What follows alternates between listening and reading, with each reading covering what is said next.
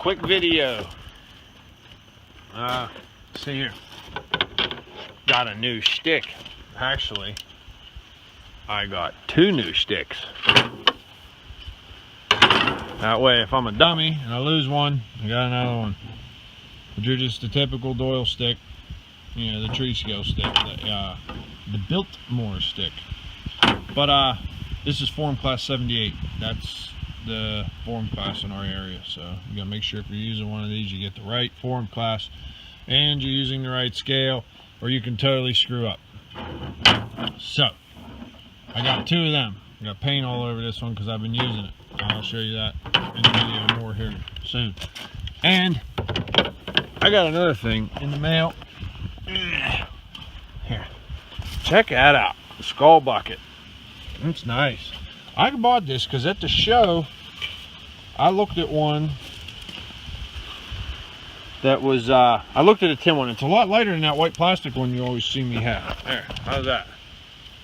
I like it, man. Sits on your head nice. It rides nice. The brim's a little bit smaller, so I can kind of see out of the corners of my eyes better. That other one got a real big brim on it. But I like this. Sounds hollow like my nugget. But yeah, skull bucket. I don't know. That's cool. One more thing I forgot to say. I got those sticks. I got them 2 sticks at a place called Fisher and Fathers. It's in it's just north of Franklin in Franklin, PA, in a place called like Cranberry off of 257. I'll tell you what, like I go up there all the time, like past there, going to my camp, just, you know, not directly past it, but close to it, and never really knew it was there. Stump actually told me about it, and the guy I work with also. And man, they got a lot of cool stuff in there. They got they carry both Still and Husqvarna. I think that's pretty cool. You don't see that too often anymore, especially around here. They had like wedges and choker cables, and I mean a wide variety of wedges too, all different types of FSC chokers or cable chokers, whatever you want to call them. Winch lines. They had parts for John Deere. It's a John Deere dealer, so they had parts for like John Deere skidders and stuff. And they do like repair work and bars and paint and sticks and all kinds of cool stuff, paint sticks and all that stuff. So I thought that was cool. But I got some wedges, I got those 2 sticks, and then I got a whole bundle of FSC chokers. They were only $17.99 a piece. I mean, that's cheap for an 8-foot 9/16 choker with the midget, with the micro they call them, and their Wallingford brand, which is there you go. Wallingford Golden Belt was good. I mean, they're assembled in New Hampton, New Hampshire. So maybe Paul knows where they're from. Maybe he's parked a car out in front of the building and bought some stuff off of them before. But anyways, thought that was cool. Just wanted to give a little holler to them. If anybody's in the Western PA area and needs stuff like this, definitely check out Fisher and Fathers. What's up? Hold on, I got an arm full of stuff here. Look what I got. New stick. I bought a couple. What I'm trying to show here is I'm marking some trees. You can see the blues, the blazes, doing a random pattern, trying to take away some of the mature stuff and some of the sick and, you know, the dying disease. This one's got a big blem up in here. You can't see it. It's on the other side.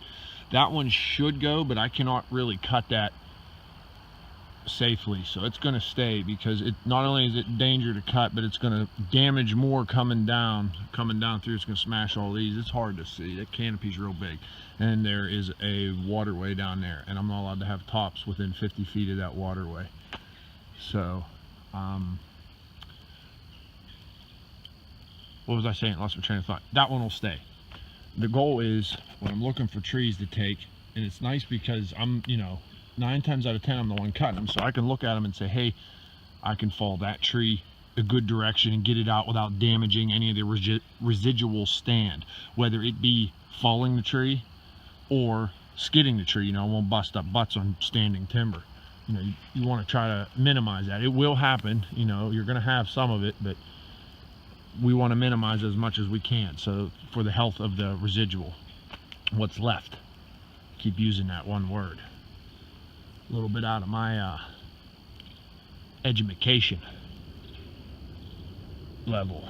But anywho, but you want to see, I marked in there not so much heavy, but you know, a nice good, you know, random opening up the canopy to let the understory grow up, you know, getting some light on the forest floor. Now you see here, there were some trees that fell. Look how thick that is right there. I showed this in the other video. Now there is like these two, and there's a bunch on the back side of that.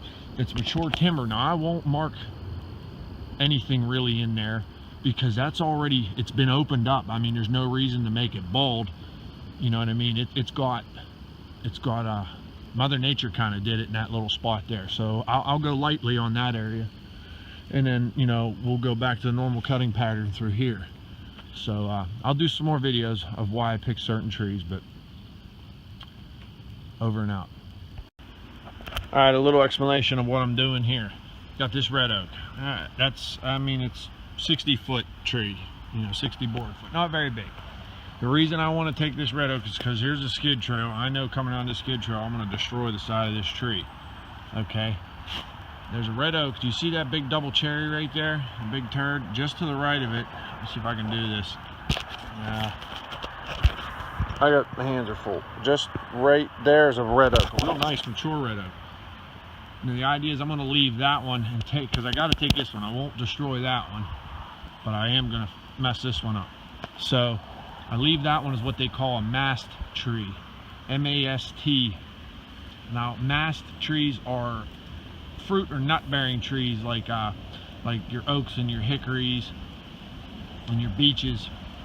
You know, they're basically what you leave there for seed. You know, they drop their acorns, they, you know, whatever. That's kind of what helps replant.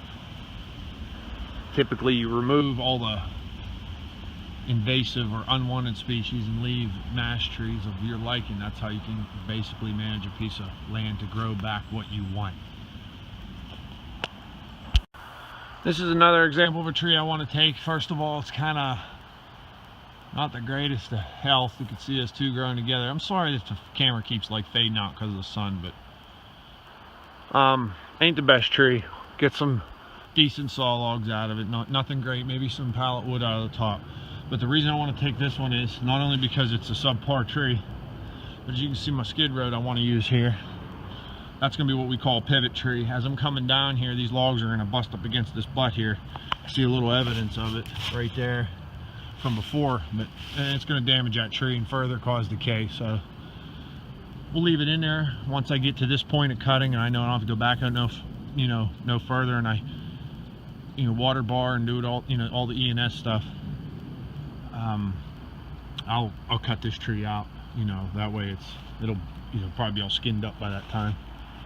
So another example. Here's an example of a good reason why I'm taking a tree. If you look here, see that there looks like a smaller one growing out the side of this one. This is a hard maple. And it's got damage. You see that rot starting. Well, it's still, this tree's about to the point where it's salvageable. We can still get some good logs out of it, especially above there. And this first one will be a little, what's the word, doty as they call it, but it'll still have some good stuff on the outside, so we can still send that. So I'll take that tree, leaving a nice tree like that one there and some of these other ones around.